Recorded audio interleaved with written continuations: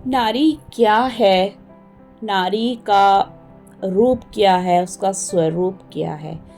Hi guys, मैं मीनाक्षी कपूर एक बार फिर से हाजिर हुई हूँ आप सभी के समक्ष, इस आशा में कि आप सभी सुखी होंगे और संपन्न होंगे। चलिए, आज मैं अपने उपन्यास नारी का समर्पण के बारे में अगेन एक बार फिर से बात करने आई हूँ। आपको ये बताने आई हूँ कि मेरा जो उपन्यास है, मैंने वो आखिर क्यों लिखा है, उसके अंदर मैंने क्या दर्शाने की कोशिश की है, और हमें हमारे समाज के अंदर एक जो नारी है उसका क्या तो रूप है, क्या रूप होना चाहिए, उनका सम्मान किस लेवल पर होना चाहिए, और एक जो औरत होती है, एक जो नारी होती है, असल में वो होती क्या है। मैंने इस सब को दर्शाया है क्योंकि एक औरत के लाइफ के जो भी अप्स एंड डाउन्स होते हैं, वो जिस तरीके से उन प्रॉब्लम से बाहर निकलती है, जिस तरीके से चीज़ों को टैकल करती है, जिस तरीके से वो चीज़ों को महसूस करती है, और उसके साथ साथ में वो अपने रिश्तों को भी चलाती है, वो खुद को भी चलाती है। हजार बार उसका दिल टूटता है, उसके सपनों को कुचला जाता है, उसके प्यार का अपमान किया जाता है, उसके एहसासों का अपमान किया जाता है, उसकी कोई वैल्यू नहीं होती है, और उसके बाद में भी वो हंसती रहती है। उसके बाद में भी वो अगेन अपने लिए लड़ती है इस दुनिया के सामने, क्योंकि पहले तो वो अपने ही परिवार से लड़ रही होती है अपने अधिकार को पाने के लिए। उसके बाद में आता है कि समाज उसके सामने आता है, क्योंकि जब वो अपने ही लोगों से लड़ते लड़ते थक जाती है सिर्फ एक सम्मान और प्यार को पाने के लिए, उसके बाद में फिर वो एक फैसला करती है कि अब मुझे अपने लिए जीना है, अब मुझे अपने लिए घर बनाना है, अब मुझे अपने सर के ऊपर अपने नाम की छत चाहिए, जहां पर सिर्फ मेरा अधिकार हो, जहां से मुझे कोई जाने का ना बोले, जहां से कोई मुझे ये ना बताए कि तुम हमारे घर में रहते हो, ये मेरा घर है, तुम्हारा घर नहीं है। एक पति अपनी पत्नी को ये ना दिखाए कि ये घर मेरा है। तो मैंने अपने उपन्यास के अंदर इन्हीं तथ्यों को बिल्कुल दर्शाया है, अलग अलग तरीके से, अलग अलग रूप में, अलग अलग नाम के साथ में, कि एक औरत जब अपने लिए जीती है, जब वो अपने हिसाब से चलती है, तो ये समाज उसको कितना कुछ, उसके अरमानों को कुचलता है, उसके मान सम्मान को गंदा करने की कोशिश करता है, उसको ये जताने की कोशिश करता है हर मोड़ पर कि तुम एक औरत हो और औरत कमज़ोर होती है, औरत कुछ नहीं कर सकती है, औरत लेकिन कमज़ोर नहीं होती है। औरत कमज़ोर कैसे हो सकती है, आप ये बताइए। अगर एक औरत 9 महीने अपनी कोख में एक ज़िंदगी को ज़िंदगी दे सकती, तो औरत कमज़ोर कैसे हो सकती है? एक औरत अगर पूरे घर को चला सकती है, एक बहू बन के सबको संभाल सकती है, तो एक औरत कमज़ोर कैसे हो सकती है? लेकिन दुनिया ने तो औरतों को इतना ज़्यादा कमज़ोर बना दिया है, उनको ये इतना बोल बोल के कि तुम ये नहीं कर सकते, तुम वो नहीं कर सकते।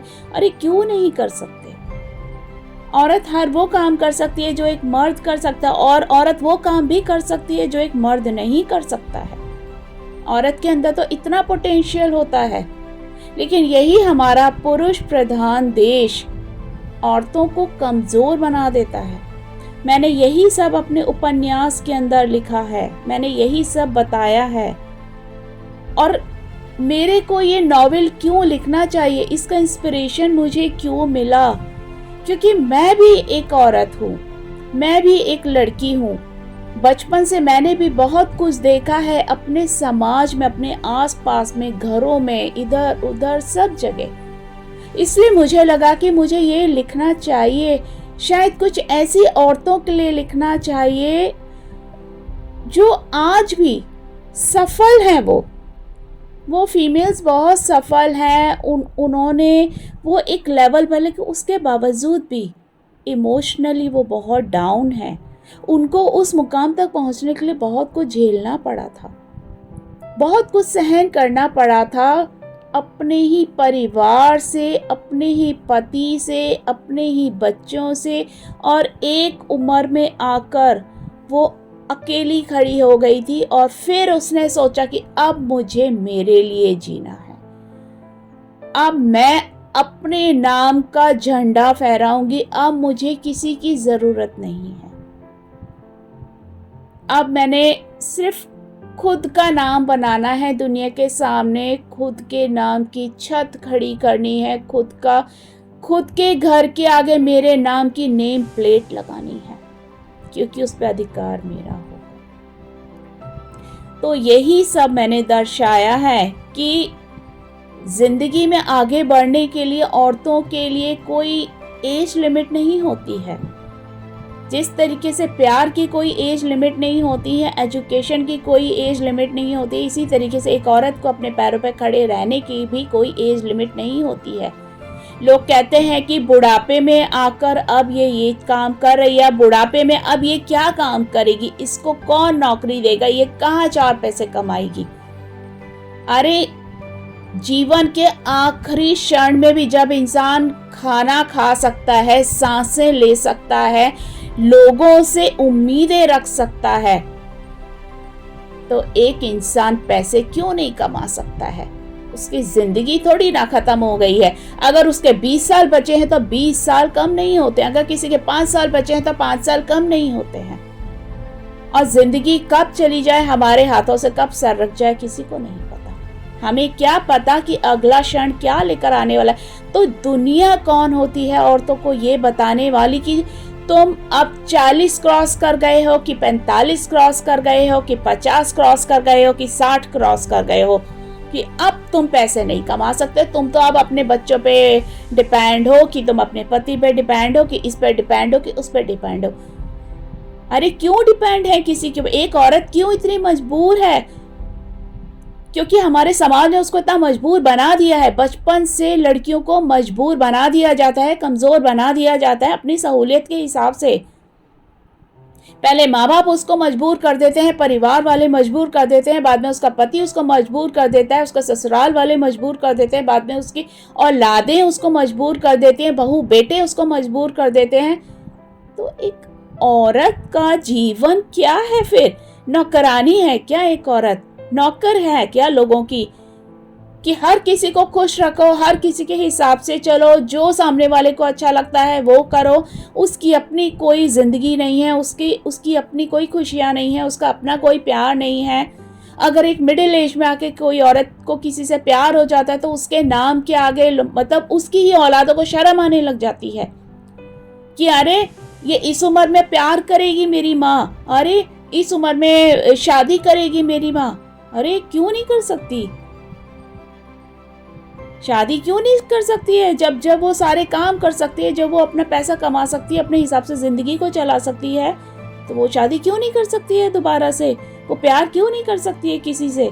शर्म वाली कौन सी बात है? प्यार तो दिल और एहसास की बात होती है, दिल और आत्मा से कनेक्ट होता है प्यार। तो उसका उम्र से क्या लेना देना।